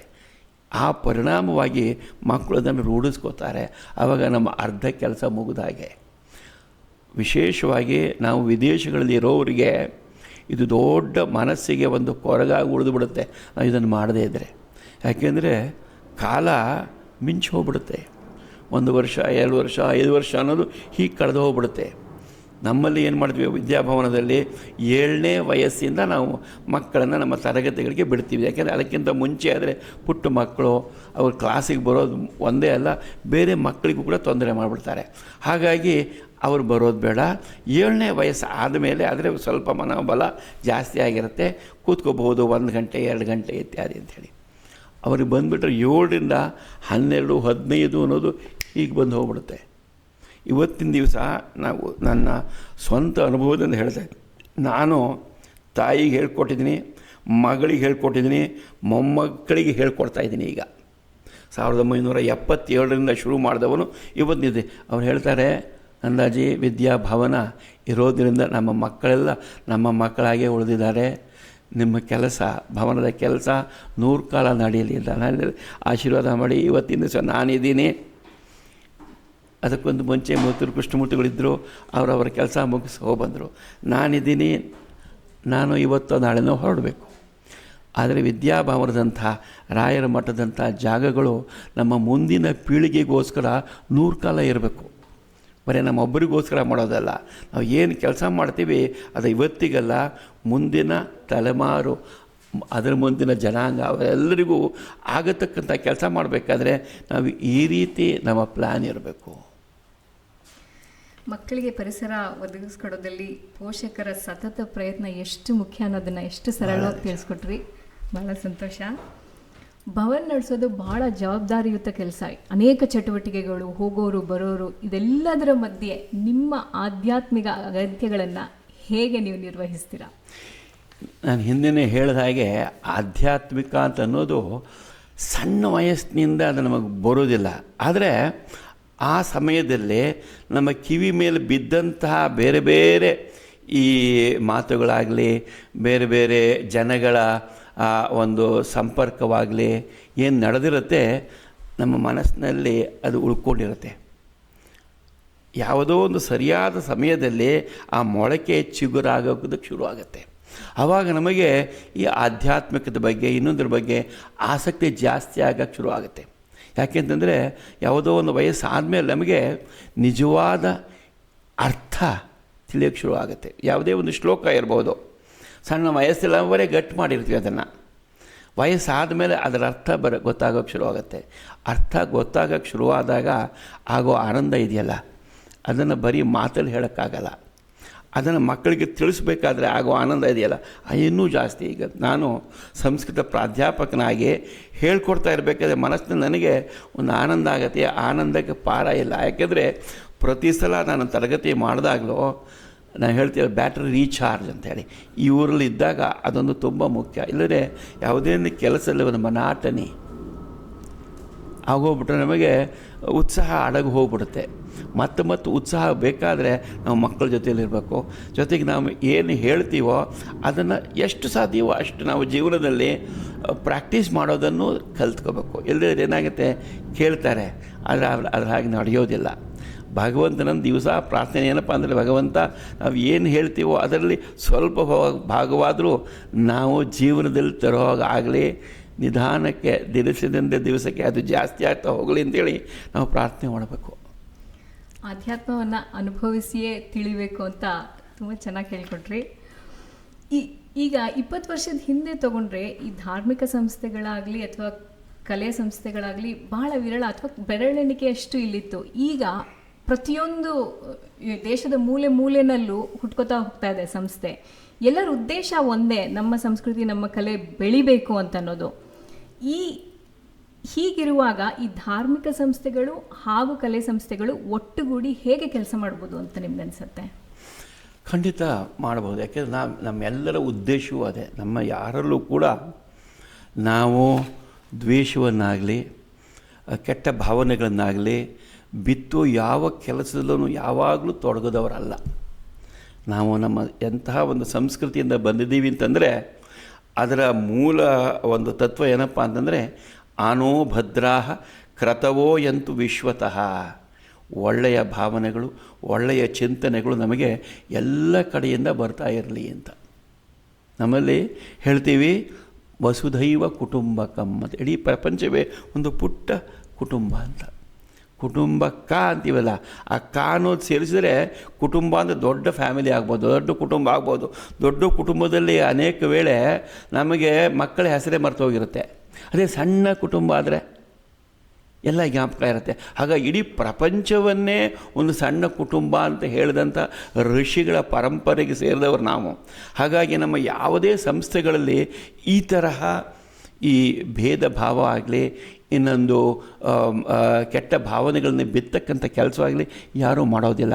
ಹಾಗಾಗಿ ನಾವೆಲ್ಲ ಸೇರ್ಕೊಂಬಿಟ್ಟು ಕೆಲಸ ಮಾಡಿದರೆ ನಮ್ಮ ಕಲೆಗೆ, ನಮ್ಮ ಸಂಸ್ಕೃತಿಗೆ ನಾವು ದೊಡ್ಡ ಒಂದು ಸೇವೆ ಮಾಡ್ದಂಗೆ ಆಗತ್ತೆ. ಆ ಥರ ಮಾಡೋದ್ರಲ್ಲಿ ಯಾವ ಕಷ್ಟವೂ ಇಲ್ಲ, ಮಾಡ್ತಾನೂ ಇದ್ದೀವಿ. ಆದರೂ ಕೆಲವು ಸಲ ಏನಾಗುತ್ತೆ, ಅಲ್ಲಿ ಇಲ್ಲಿ ಒಬ್ಬರಿಬ್ಬರು ಯಾರಾದರೂ ಸಣ್ಣ ಭಾವನೆಯವರು ಸೇರಿಕೊಂಡು ಏನಾಗುತ್ತೆ, ಅದರಿಂದ ಸಂಸ್ಥೆಗಳಿಗೆ ತೊಂದರೆ ಆಗತಕ್ಕಂಥ ಸಂಭವ ಇರುತ್ತೆ.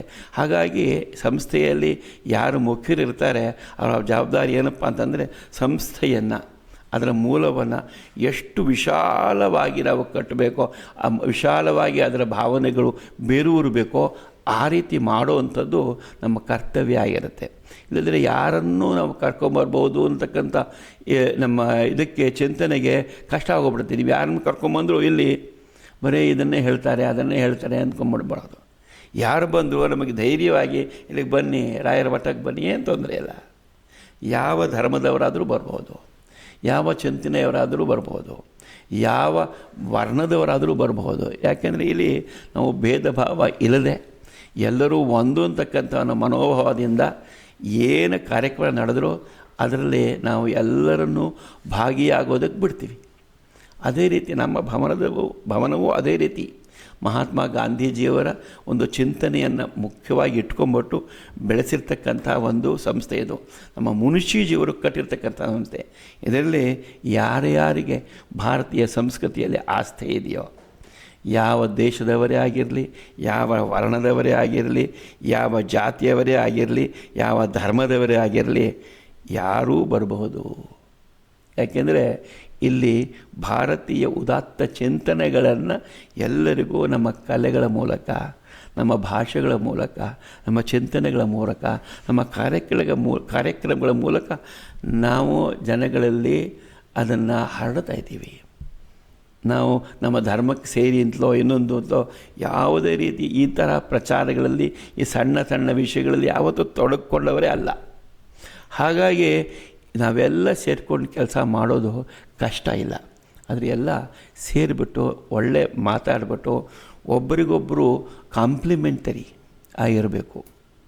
ನಾವೇನು ಮಾಡ್ತೀವಿ, ನೀವು ಮಾಡೋ ಕೆಲಸಕ್ಕೂ ನಾವು ಮಾಡೋ ಕೆಲಸಕ್ಕೂ ಕ್ಲಾಶ್ ಬರದೇ ಇರೋ ಹಾಗೆ ನಮ್ಮನ್ನು ನಾವು ಆರ್ಗನೈಸ್ ಮಾಡಿಕೊಂಡ್ರೆ, ಏರ್ಪಾಡು ಮಾಡಿಕೊಂಡ್ರೆ ಈ ಥರ ಕೆಲಸ ಜಾಸ್ತಿ ನಡೆಯಬಹುದು, ನಡೆಯುತ್ತೆ. ಅದರಿಂದ ಎಲ್ಲರಿಗೂ ಕೂಡ ಅನುಕೂಲವೇ ಆಗುತ್ತೆ. ಎಲ್ಲಕ್ಕಿಂತ ಮುಖ್ಯವಾಗಿ ನಮ್ಮ ಮಕ್ಕಳಿಗೆ, ನಮ್ಮ ಪೋಷಕರಿಗೆ. ಯಾಕೆಂದರೆ ನೀವು ಇಲ್ಲಿದ್ದೀರಿ, ನಾವು ಲಂಡನ್ನಲ್ಲಿದ್ದೀವಿ, ಇನ್ನೊಬ್ರು ಇನ್ನೆಲ್ಲೋ ಇರ್ತಾರೆ. ಎಲ್ಲ ಭಾಗಗಳಲ್ಲೂ ಕೂಡ ಜನಗಳಿಗೆ ಈ ತರಹ ಒಂದು ನಮ್ಮ ಸಂಸ್ಕೃತಿಯ ಬಗ್ಗೆ, ಕಲೆಯ ಬಗ್ಗೆ, ನಮ್ಮ ಭಕ್ತಿ ಇತ್ಯಾದಿಗಳ ಬಗ್ಗೆ ಕಲಿತಕ್ಕಂಥ ಅವಕಾಶ ಸಿಗಬೇಕು. ಇಲ್ಲದ ಜನಗಳಿಗೆ ಅಷ್ಟೊಂದು ದೂರ ಪ್ರಯಾಣ ಮಾಡೋದಾಗಲಿ ಇತ್ಯಾದಿ ಆಗಲಿ ಕಷ್ಟ ಆಗುತ್ತೆ. ಹಾಗಾಗಿ ಎಲ್ಲ ಕಡೆಯೂ ಎಲ್ಲವೂ ಒದಗೋ ಹಾಗೆ ಮಾಡ್ತಕ್ಕಂಥ ಒಂದು ಜವಾಬ್ದಾರಿ ನಮ್ಮೆಲ್ಲರ ಮೇಲೂ ಇದೆ. ನಾವು ಪ್ರತಿಯೊಬ್ಬರು ದೊಡ್ಡ ಮನಸ್ಸು ಮಾಡಿ ಎಲ್ಲರೂ ನಾವು ಒಂದೇ ಅಂತ ನಾವು ದೃಷ್ಟಿ ಬೆಳೆಸ್ಕೋಬೇಕು ಅಂತ ನೀವು ತಿಳಿಸ್ಕೊಟ್ರಿ. ಇನ್ನು ಮುಂದೆ ಈಗ ನೀವು 45 ವರ್ಷಕ್ಕಿಂತ ಹೆಚ್ಚಿಗೆ ಭಾರತೀಯ ವಿದ್ಯಾಭವನ ನಡೆಸ್ಕೊಂಡ್ಬರ್ತಾ ಇದ್ದೀರಾ. ಅನೇಕ ಕಲಾವಿದರುಗಳನ್ನ ನೋಡಿದ್ದೀರಾ, ವಿದ್ಯಾರ್ಥಿಗಳನ್ನು ನೋಡಿದ್ದೀರಾ.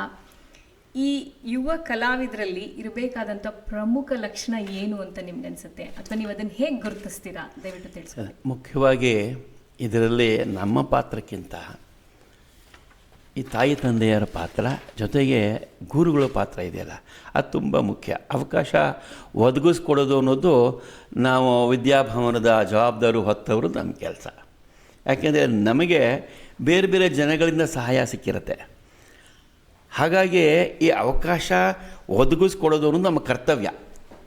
ಈ ಅಪ್ಪ ಅಮ್ಮಂದರು ಬೇರೆ ಬೇರೆ ನಮಗೆ ಭವನಕ್ಕೆ ಒಂದು ಕಾಲದಲ್ಲಿ 210 ಮೈಲಿ ದೂರದಿಂದ ಪ್ರತಿ ಶನಿವಾರ ಭಾನುವಾರ ಬಂದುಬಿಟ್ಟು 5 ವರ್ಷ ಮಕ್ಕಳನ್ನಲ್ಲಿ ಇಟ್ಟು ಅವರನ್ನೆಲ್ಲ ಸಂಗೀತದಲ್ಲಿ ಇನ್ನೊಂದರಲ್ಲಿ ಪರಿಣಿತರನ್ನಾಗಿ ಮಾಡಿ ಆ ಅಪ್ಪ ಅಮ್ಮಂದರು ಇವತ್ತಿನ ದಿವಸ ಸಂತೋಷವಾಗಿ ರಿಟೈರ್ಡ್ ಲೈಫು, ವಿಶ್ರಾಂತ ಜೀವನವನ್ನು ಕಳೀತಾ ಇದ್ದಾರೆ. ಆ ಮಕ್ಕಳೆಲ್ಲ ಕೇಂಬ್ರಿಡ್ಜು ಬೇರೆ ಬೇರೆ ಕಡೆಗಳಲ್ಲಿ ಓದ್ಕೊಂಡು, ಯಾಕೆಂದರೆ ಅವರಿಗೆ ಸಹಜವಾಗಿ ಅವರಲ್ಲಿ ಇದೆ ಆ ಇರತಕ್ಕಂತಹ ಆ ಒಂದು ಪ್ರತಿಭೆಯನ್ನು ಗುರುತಿಸ್ಬಿಟ್ಟು ಸರಿಯಾದ ಜಾಗಕ್ಕೆ ಅವರನ್ನು ತಲುಪಿಸೋದು ಕರ್ತವ್ಯವಾಗಿರುತ್ತೆ. ಭವನ ಅನ್ನೋದು ಆ ತರಹ ಒಂದು ಅವಕಾಶವನ್ನು ನಮ್ಮಲ್ಲಿ 6 ಜನ ಪೂರ್ಣಾವಧಿ ಅಧ್ಯಾಪಕರಿದ್ದಾರೆ, ಒಂದು 15 ಜನ ಪಾರ್ಟ್ ಟೈಮ್ ಅಂಥ ಅಧ್ಯಾಪಕರಿದ್ದಾರೆ.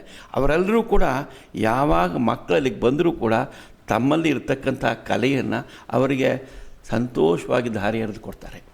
ಆದರೆ ಎಷ್ಟು ಜನ ಅದನ್ನು ಇನ್ನೂ ಉನ್ನತ ಮಟ್ಟಕ್ಕೆ ತೊಗೊಂಡು ಹೋಗ್ಬೇಕು ಅಂತ ಅಂದ್ಕೊಂಡಿರ್ತಾರೆ, ಅವರಿಗೆಲ್ಲ ಅಲ್ಲಿ ಆಗೇ ಆಗತ್ತೆ. ಆದರೆ ಉಳಿದ ಅಷ್ಟೂ ಜನ ಮುಂದೆ ನಮ್ಮ ಕಲೆಯನ್ನು, ನಮ್ಮ ಕಲೆಯ ಬಗ್ಗೆ ಇರತಕ್ಕಂಥ ಒಂದು ಆಸ್ಥೆಯನ್ನು ತಮ್ಮ ಮಕ್ಕಳಿಗೆ ಹಂಚೋದ್ರಲ್ಲಿ ಖಂಡಿತ ಸಫಲರಾಗ್ತಾರೆ. ಯಾಕೆಂದರೆ ಅವರಿಗೆ ಕಲೀಲಿಕ್ಕೆ ಆಗಲಿಲ್ಲ, ಆದರೆ ನಮ್ಮ ಮಕ್ಕಳಿಗೆ ನಮ್ಮ ತಂದೆ ತಾಯಂದ್ರೆ ಯಾವ ರೀತಿ ನಮಗೆ ಅವಕಾಶ ಮಾಡಿಕೊಟ್ರು ನಾವು ಇದನ್ನು ಮಾಡಬೇಕು, ಇದು ನಮ್ಮ ಕರ್ತವ್ಯ ಆಗತ್ತೆ ಅಂತ. ಅಂಥದ್ರಲ್ಲಿ ಕೆಲವು ಜನ ನಮ್ಮಲ್ಲಿದ್ದಾರೆ. ಈಗ ಪ್ರಸನ್ನ ಅಂತ ಒಬ್ಬ ಹುಡುಗ, ಅವನು ಇವತ್ತಿನ ದಿವಸ ಯಾವ ರೀತಿ ನಮ್ಮ ಭಾರತದಲ್ಲಿ ಒಂದು ಮೃದಂಗವನ್ನು ಕಲಿತವರು ಅತ್ಯಂತ ಉನ್ನತ ಮಟ್ಟದ ಮೃದಂಗ ವಿದ್ವಾಂಸರಾಗ್ತಾರೋ ಆ ರೀತಿ ನಮ್ಮಲ್ಲಿ ಕಲಿತು ಇವತ್ತಿನ ದಿವಸ ರವಿಶಂಕರ್ ಆದಿಯಾಗಿ ಅನುಷ್ಕಾ ಶಂಕರ್ ಅವರೆಲ್ಲರಿಗೂ ಕೂಡ ಅವನು ಮೃದಂಗದಲ್ಲಿ ಇನ್ನು ಪಕ್ಕವಾದ್ಯಗಾರನಾಗಿ ಅವರ ಜೊತೆಯಲ್ಲಿ ಹೋಗಿ ಸಹಾಯ ಮಾಡ್ತಾನೆ. ಜೊತೆಗೆ ಡ್ಯಾನ್ಸ್ ಕಾರ್ಯಕ್ರಮಗಳಲ್ಲಾಗಲಿ, ವೋಕಲ್ ಕಾರ್ಯಕ್ರಮಗಳಲ್ಲಾಗಲಿ ಎಲ್ಲದರಲ್ಲೂ ಕೂಡ ಸಹಾಯ ಮಾಡಿ.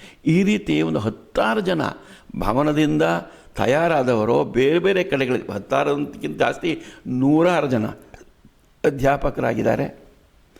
ಜೊತೆಗೆ ತಾವೇ ಸ್ವತಃ ಕಲಾವಿದರಾಗಿದ್ದಾರೆ.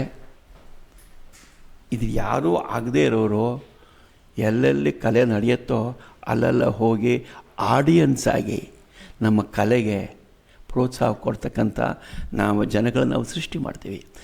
ಎಲ್ಲರೂ ಕಲಿಬೇಕಿಲ್ಲ, ಆದರೆ ಎಲ್ಲರೂ ಕೂಡ ನಮ್ಮ ಕಲೆಯನ್ನು, ನಮ್ಮ ಸಂಸ್ಕೃತಿಯನ್ನು ಪ್ರೋತ್ಸಾಹಿಸ್ತಕ್ಕಂಥ ಜನಗಳಾಗಬೇಕು ಅನ್ನೋದು ತುಂಬ ಮುಖ್ಯವಾದಂಥ ಕೆಲಸ. ಈ ಕೆಲಸದಲ್ಲಿ ನಮ್ಮ ರಾಯರ ಮಠ, ಭವನ ಅವೆಲ್ಲ ಸಹಾಯ ಮಾಡಬೇಕಾಗತ್ತೆ. ಯಾಕೆಂದರೆ ಇಲ್ಲಿ ಬಂದಾಗ ನಿಮ್ಮಲ್ಲೂ ಕಾರ್ಯಕ್ರಮಗಳು ನಡೀತವೆ. ಬರೀ ಪೂಜೆ ಒಂದೇ ಅಲ್ಲ, ಅದು ಒಂದು ನೆವ. ಆ ಪೂಜೆಯ ನೆವದಲ್ಲಿ ಜನಗಳಲ್ಲಿ ನಮ್ಮ ಸಂಸ್ಕೃತಿಯ ಬೇರನ್ನು ಹಬ್ಬಿಸೋದೇ ನಮ್ಮ ಕರ್ತವ್ಯ ಆಗಿರುತ್ತೆ.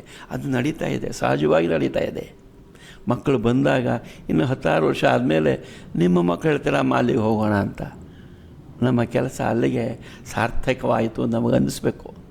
ಅದು ಆಗ ಮಾತ್ರ ನಮಗೆ ಜೀವನದಲ್ಲಿ ಒಂದು ನೆಮ್ಮದಿ ಅನ್ನೋದು ಸಿಗತ್ತೆ. ಯಾವುದೇ ಕಲೆನ ಕರಗತಗೊಳಿಸ್ಬೇಕಾದ್ರೆ ಶ್ರದ್ಧೆ ಬಹಳ ಮುಖ್ಯ ಅಂತ ತಿಳಿಸಿದ್ರಿ. ಭಾಳ ಸಂತೋಷ.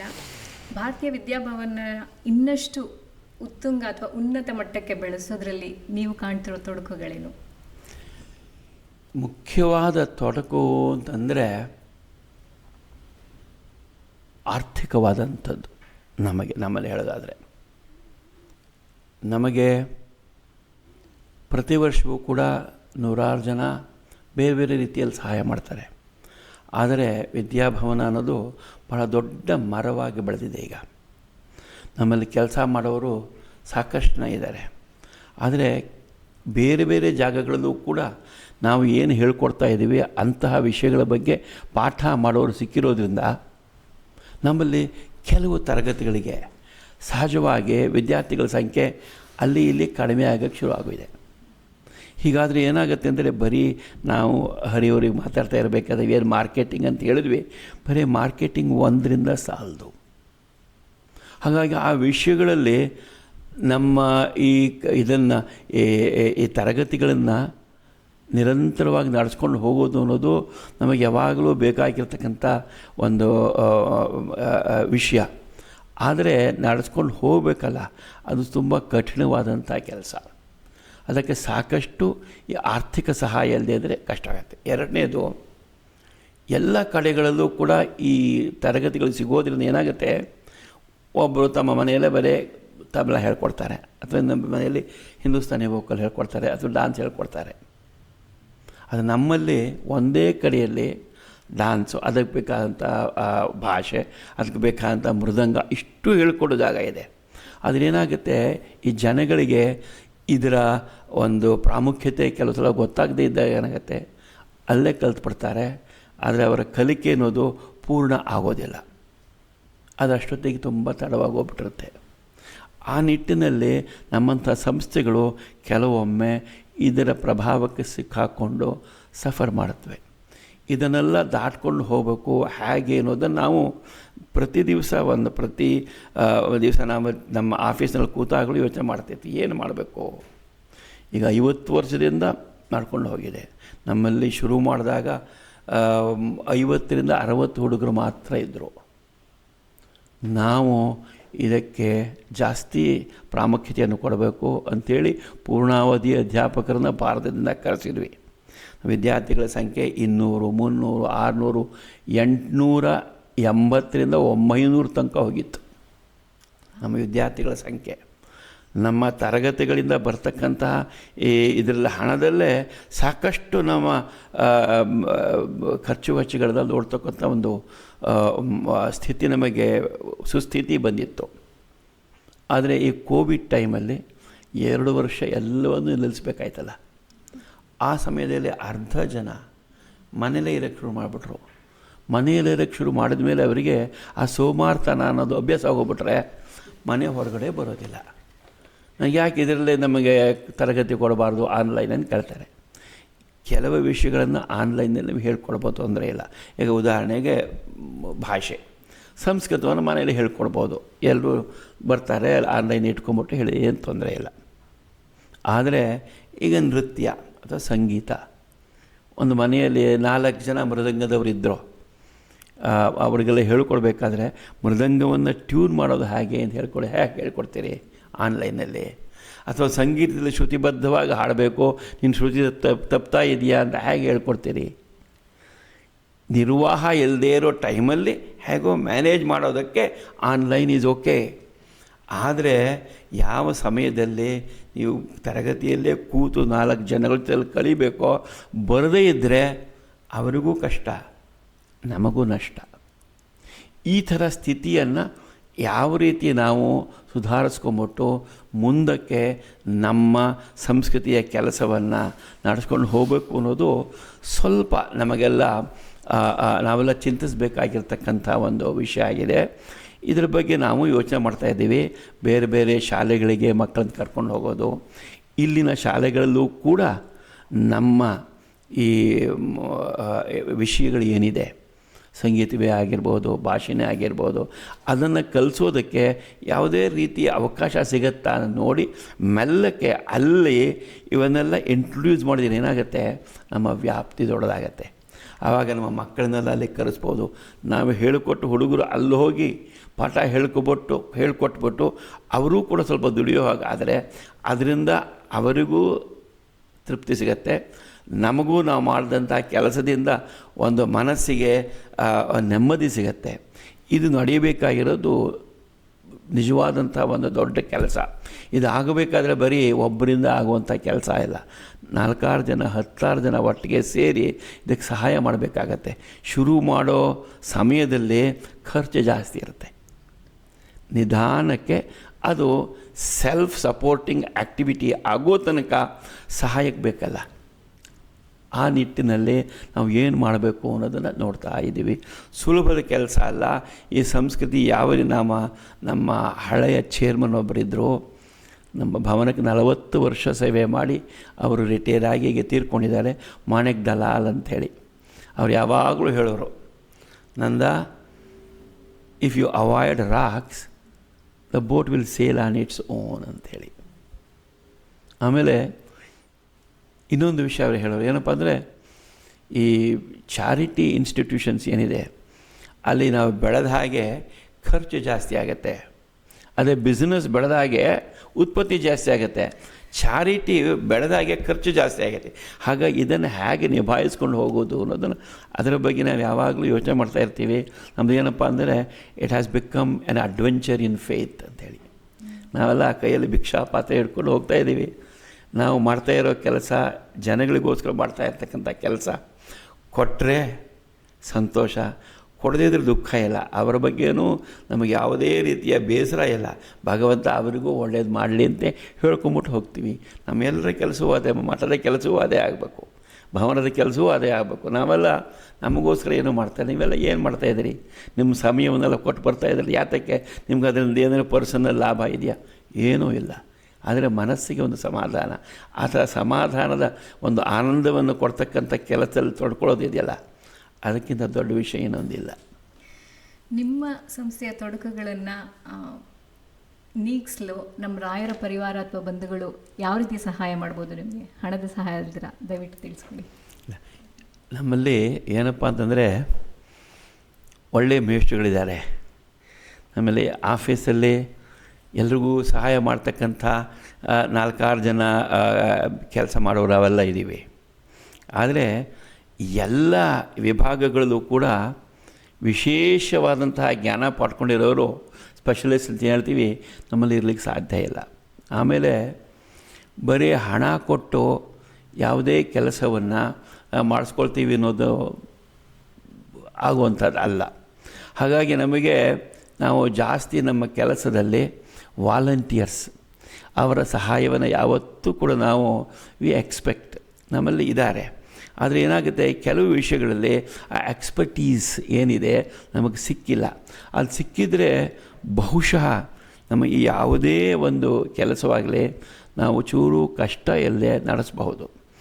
ಆ ಥರ ಒಂದು ಸ್ಥಿತಿಗೆ ಭವನ ಬರಬೇಕು. ಅದಕ್ಕೋಸ್ಕರ ಮಾರ್ಕೆಟಿಂಗ್ ಇರ್ಬೋದು, ಅಥವಾ ಫಂಡ್ ರೈಸಿಂಗ್ ಇರ್ಬೋದು, ಅಥವಾ ಬೇರೆ ಬೇರೆ ರೀತಿ ವಾಲಂಟರಿ ಹೆಲ್ಪ್ಸ್ ಏನಿದೆ, ನಮ್ಮ ಭವನದ ಒಂದು ವೆಬ್ಸೈಟ್ ಇರ್ಬೋದು, ಇದನ್ನೆಲ್ಲ ನಾವು ಇವತ್ತಿನ ದಿವಸದ ಲೆವೆಲಲ್ಲಿ ಮೇಲಕ್ಕೆ ತಂದರೆ ಬಹುಶಃ ಭವನದ ಹೆಸರು ಇನ್ನೂ ಜಾಸ್ತಿ ಜನಗಳಲ್ಲಿ, ಜಾಸ್ತಿ ಜಾಗಗಳಲ್ಲಿ ಪ್ರಸಾರಗೊಂಡು ನಮಗೆ ಬೇಕಾದಂತಹ ಸಹಾಯ ಒಂದು ಎಲ್ಲವೂ ಸಿಕ್ಕಿ ಬಹುಶಃ ಈ ಏನೇನು ನಾವು ಪ್ರಾಬ್ಲಮ್ ಅಂತ ಅಂದ್ಕೊಂಡಿದ್ವಿ ಅದೆಲ್ಲ ಪರಿಹಾರ ಆಗಬಹುದು ಅಂತ ನನ್ನ ಅನಿಸಿಕೆ.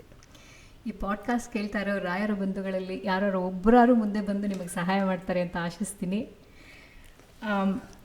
ಈಗ ಇಷ್ಟು ವರ್ಷಗಳ ಕಾಲ ನೀವು ಸಮಾಜ ಸೇವೆಯಲ್ಲಿ ತೊಡಗಿಸ್ಕೊಂಡಿದ್ದೀರಾ, ನಿಮ್ಮನ್ನೇ ಕಲೆ ಸೇವೆಯಲ್ಲಿ ತೊಡಗಿಸ್ಕೊಂಡಿದ್ದೀರಾ.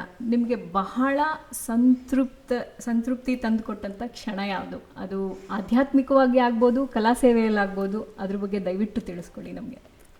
ಕ್ಷಣ ಅಂಥೇಳಿ ಒಂದು ಘಟನೆಯನ್ನು ಹೇಳೋದಕ್ಕೆ ಬರೋದಿಲ್ಲ, ಯಾಕೆಂದರೆ ಆ ಥರದ್ದು 100 ನಡೆದು ಹೋಗ್ಬಿಟ್ಟಿದೆ.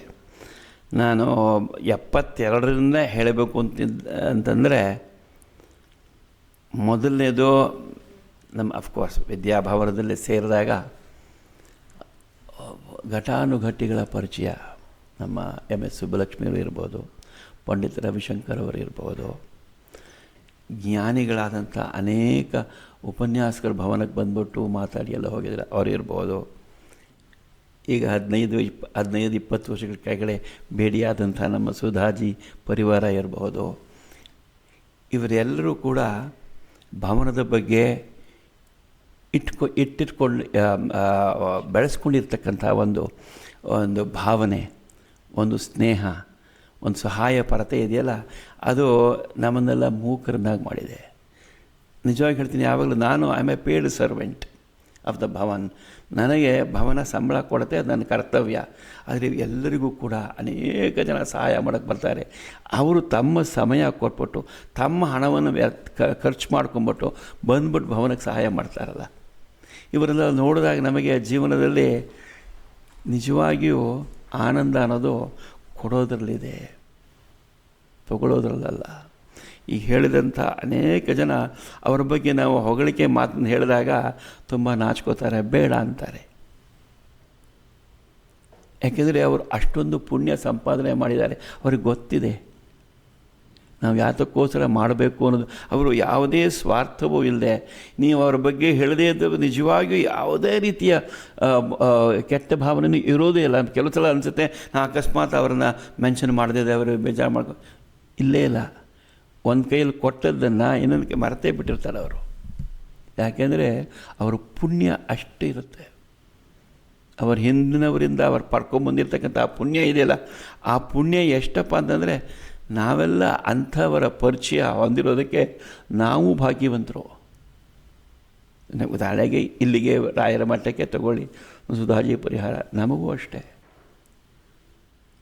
ಈ ತರಹ ಜನಗಳು ನಮಗೆ ಭಗವಂತ ಜಾಸ್ತಿಯಾಗಿ ಕರುಣಿಸಲಿ ಅಂತೇಳಿ ನಾವು ಭಗವಂತನ ಪ್ರಾರ್ಥನೆ. ಬರೀ ನಮಗೋಸ್ಕರ ಅಲ್ಲ, ಈ ಪ್ರಪಂಚಕ್ಕೋಸ್ಕರ ಇಂಥವ್ರು ಬೇಕು. ಇಂಥವ್ರು ಇದ್ದರೆ ಈ ನಮ್ಮ ಬಾಳು ನಿಜವಾಗಿಯೂ ಸಮೃದ್ಧಿಯಾದ ಬಾಳಾಗತ್ತೆ, ಅರ್ಥಪೂರ್ಣವಾದ ಬಾಳಾಗತ್ತೆ. ಅಲ್ಲಿಲ್ಲದಿದ್ದರೆ ಬರೀ ಎಲ್ಲರೂ ಬರ್ತೀವಿ, ನಮ್ಮ ಆಫೀಸಲ್ಲಿ ಕೆಲಸ ಮಾಡ್ತೀವಿ, ಸಂಪಾದನೆ ಮಾಡ್ತೀವಿ, ಮಕ್ಕಳಿಗೋಸ್ಕರ ಮಾಡ್ತೀವಿ, ಹೋಗ್ತೀವಿ, ನಮ್ಮ ಪ್ರಾಣಿಗಳ ಜೀವನ ಆಗೋಗ್ಬಿಡುತ್ತೆ. ಅದರ ಜೀವನದಲ್ಲಿ ಬರೀ ನಾವು ನಮಗೋಸ್ಕರ, ನಮಗೆ ನಿಜವಾದ ಒಂದು ಈ ಚಿಂತನೆಯ ಒಂದು ಶಕ್ತಿಯನ್ನು ಭಗವಂತ ಕೊಟ್ಟರೆ ಅದಕ್ಕಪ್ಪ ಅಂದರೆ ನಾವು ಬರೀ ನಮಗೆ ಮಾತ್ರ ಜವಾಬ್ದಾರಲ್ಲ, ನಮ್ಮ ಸುತ್ತಮುತ್ತಲ ಏನೇನಿದೆ ಎಲ್ಲಕ್ಕೂ ಎಲ್ಲರಿಗೂ ನಾವು ಜವಾಬ್ದಾರರು. ಹಾಗೆ ಅಂದುಕೊಂಡು ನಾವು ನಡೆದಾಗ ಮಾತ್ರ ನಮ್ಮ ಜೀವನಕ್ಕೆ ನಿಜವಾದ ಅರ್ಥ ಬಂದಾಗೆ. ಇಲ್ಲದಿದ್ದರೆ ನಾವೆಲ್ಲ ಸ್ವಾರ್ಥಿಗಳಾಗೋಗ್ಬಿಡ್ತೀವಿ. ನಿಜವಾಗ್ಲೂ ಅನೇಕ ಹಿರಿಯ ಜೀವಗಳು, ಹಿರಿಯ ಚೇತನಗಳು, ಇವರೆಲ್ಲರ ಜೊತೆ ನಿಮ್ಮ ಒಡನಾಟ ನಿಜವಾಗ್ಲೂ ಪುಣ್ಯದ ಜೀವನವೇ ಸರಿ. ಕೊನೆಯದಾಗಿ ಯಾವುದೇ ಕಲೆಯಲ್ಲಾಗಲಿ ಆಧ್ಯಾತ್ಮಿಕತೆಯಲ್ಲಾಗಲಿ ನಾನು ಬೆಳಿಬೇಕು ಅಂತನ್ನೋರಿಗೆ ನಿಮ್ಮ ಮಾರ್ಗದರ್ಶನ ಅಥವಾ ಕಿವಿ ಮಾತು ಏನು ನಂದಕುಮಾರ್ ಅವರೇ? ಯಾವಾಗಲೂ ಸಜ್ಜನರ ಸಹವಾಸವನ್ನು ಬೆಳೆಸ್ಕೊಳ್ಳಿ, ಒಳ್ಳೆಯ ಕೆಲಸಗಳಲ್ಲಿ ತೊಡಗಿ, ಮಕ್ಕಳಾದರೆ ಅಪ್ಪ ಅಮ್ಮಂದ್ರ ಜೊತೆ ಎಲ್ಲಿ ಸಾಕಷ್ಟು ಜನ ಸೇರ್ತಾರೋ, ಎಲ್ಲಿ ಒಳ್ಳೆಯ ಕಾರ್ಯಕ್ರಮಗಳು ಕೆಲಸಗಳು ಇತ್ಯಾದಿ ನಡೀತಾ ಇರುತ್ತೋ ಅಲ್ಲಿಗೆಲ್ಲ ಹೋಗಿ ಅಭ್ಯಾಸ ಮಾಡಿಕೊಂಡ್ರೆ ಏನಾಗುತ್ತೆ, ನಮಗೂ ಕೂಡ ಈ ಸತ್ಸಂಗದ ಫಲವಾಗಿ ಒಳ್ಳೊಳ್ಳೆಯ ಚಿಂತನೆಗಳು, ಒಳ್ಳೊಳ್ಳೆಯ ನಡೆ ನುಡಿಗಳ ಪರಿಚಯ ಆಗತ್ತೆ. ಅದರಿಂದ ಬರೀ ಇವತ್ತು ಅದರ ಬಗ್ಗೆ ಏನೂ ನಮಗೆ ಗೊತ್ತಿಲ್ಲದೆ ಹೋಗ್ಬೋದು, ಆದರೆ ಅದು ಒಳಗಡೆನೇ ಬೆಳೀತಾ ಇರುತ್ತೆ. ಸರಿಯಾದ ಸಮಯಕ್ಕೋಸ್ಕರ ಕಾಯ್ತಾ ಇರುತ್ತೆ.